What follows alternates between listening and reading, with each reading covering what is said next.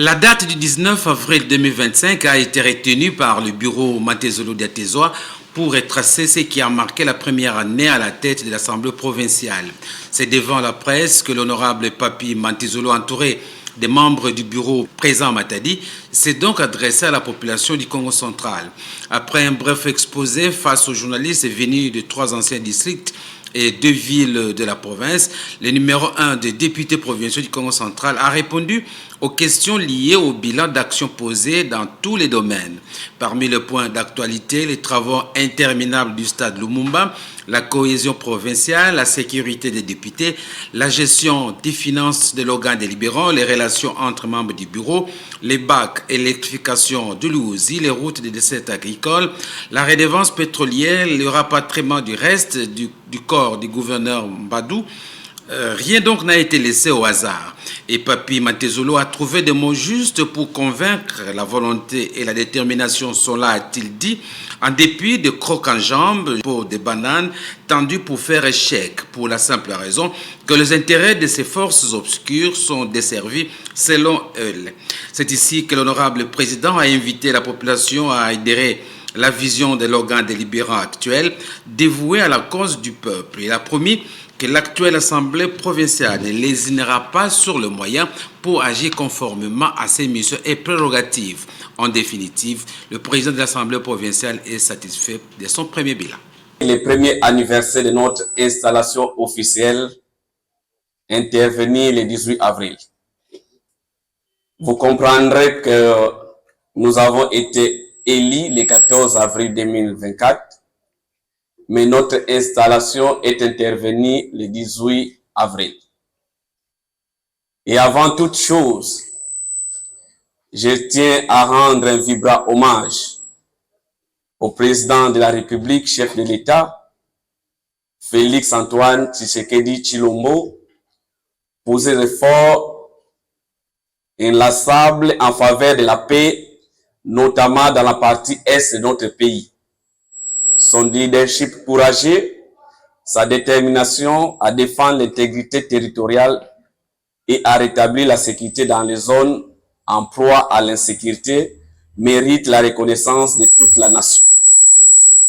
Nous saluons également, avec respect et fierté, les forces armées de la République démocratique du Congo ainsi que les patriotes Wazalendo pour les sacrifices énormes qu'ils consentent au quotidien, souvent au péril de leur propre vie, pour défendre la souveraineté nationale, que leur bravoure inspire notre engagement patriotique ici, au sein des institutions provinciales. Depuis notre installation, l'Assemblée provinciale du Congo central s'est illustré par son engagement à jouer pleinement son rôle d'organe délibérant dans le respect strict de son indépendance. Cette autonomie a permis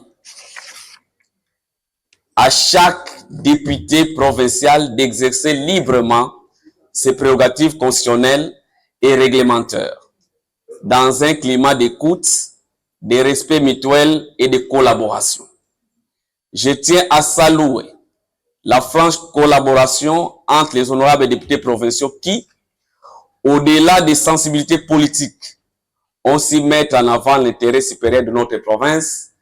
Cette unité d'action a permis de poser des jalons concrets pour les progrès du Congo central. Par ailleurs, des efforts importants ont été entrepris pour améliorer les conditions de vie et de travail non seulement des honorables députés provinciaux, mais aussi de l'ensemble du personnel politique et administratif de notre institution. Ces avancées ont contribué à un fonctionnement plus efficace et plus digne de notre assemblée.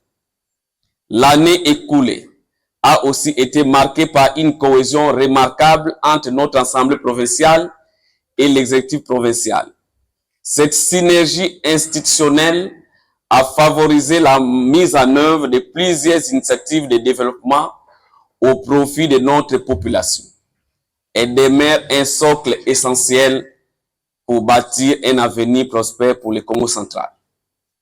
Permettez-nous de rappeler que le président de l'Assemblée provinciale a pour mission principalement de veiller au bon fonctionnement de l'institution, de garantir l'indépendance du pouvoir législatif provincial, de conduire les débats en plénière, d'assurer l'application correcte des règlements intérieurs et autres. Ces responsabilités, je me suis consacré avec sérieux et rigueur et ouverture. Au cours de cette première année, l'Assemblée provinciale a mené plusieurs activités parlementaires, parmi lesquelles figure la résolution numéro 034/AP/KC/024 portant moratoire des ventes des terres coutumières par les communautés locales dans la province du Congo central. Ma première question est de savoir si, depuis l'installation de votre bureau, si vous êtes content de votre bilan à la tête de l'organe du bureau provincial du Congo central. Déjà, votre arrivée ici prouve à suffisance que les choses sont en train de changer. Il est évident que lorsque les choses changent, quand l'abîme est très profond, il faut du temps de s'en apercevoir. Mais nous pouvons vous dire que nous sommes dans la bonne direction. Et si nous continuons dans cette direction, on va se démarquer quant à ce qui concerne la production de cette chambre dans notre province du Congo central. Et donc, je ne sais pas si je pouvais dire que le bilan est positif. Je pouvais vous répondre justement que nous sommes dans la bonne direction et nous allons travailler pour que l'idéal soit atteint. Et je peux vous dire, dès lors que le gouvernement provincial et l'Assemblée provinciale sont dans l'unité, c'est ça le symbole de la cohésion. Honorable Président, honorable membre du bureau, honorable député, c'est donc une occasion en fait que vous nous offrez pour que vous communiquiez avec la population à travers la presse. C'est sur les travaux du stade. L'une de vos préoccupations, vous quand vous êtes arrivé, c'est de tout faire pour que les travaux du stade de combat se terminent. Des travaux qui ont tellement duré 15 ans aujourd'hui.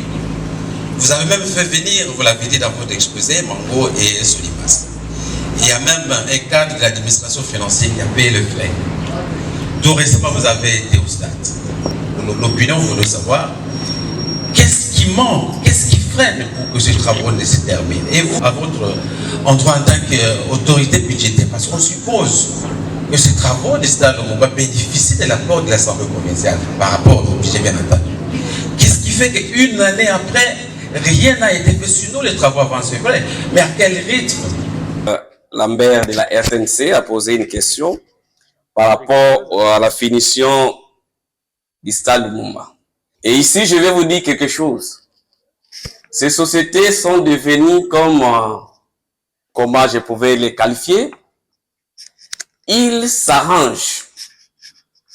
Et c'est depuis 15 ans.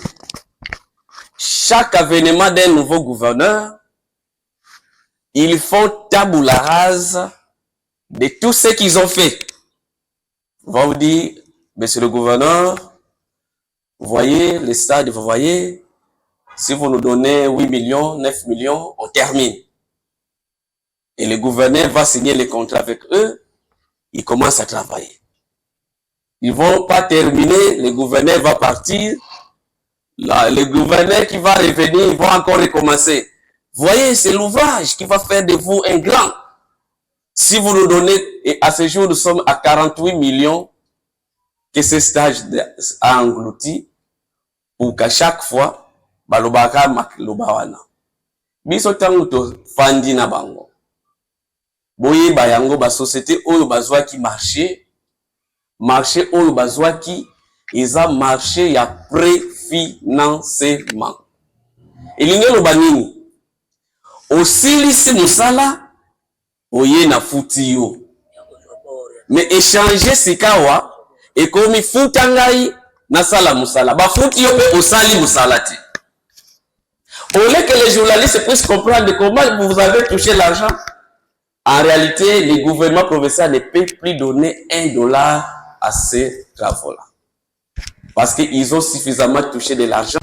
Monsieur le Président, vous avez fait une très belle lecture ou encore un très bel exposé, mais il y a beaucoup de malaise, il y a beaucoup de soucis, beaucoup de problèmes, il y a des gens qui se plaignent parce qu'il y a des choses qui se passent ici au niveau de l'Assemblée provinciale.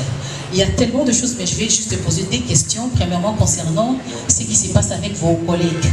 On vous accuse, on dit que vous êtes un mauvais papa, Papa Mokaboli. Lorsque vous faites des activités, vous vous promenez qu'avec le député qui sont pro-gouvernement provincial.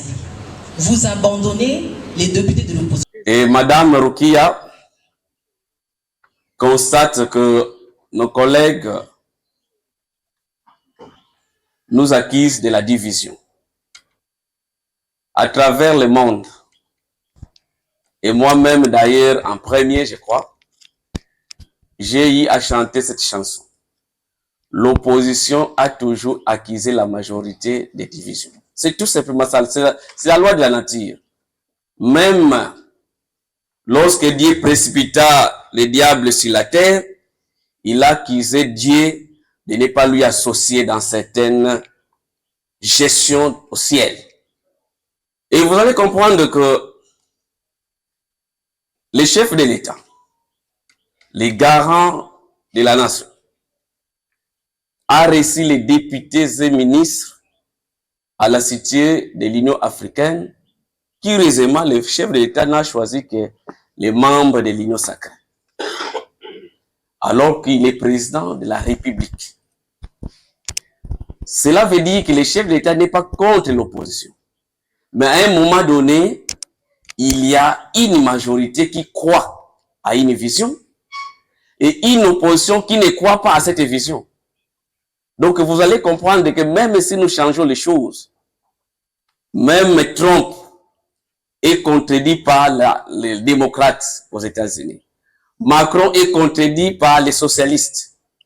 Parce que c'est ça la loi de la majorité. Même si la minorité pouvait avoir raison, mais la majorité a une vision à imposer. Donc, vous n'allez pas croire que c'est moi qui vais inventer la roue, c'est la vérité. Mais est-ce cette division concerne les droits des députés? Aucun député ne va vous dire que ses droits ont été bafoués parce qu'il est de l'opposition ou de la majorité. Mais je peux vous dire, lorsque je dois tenir les réunions pour essayer d'étoffer mes stratégies, je ne vais pas associer ceux-là qui sont en train de réfléchir comment me renverser.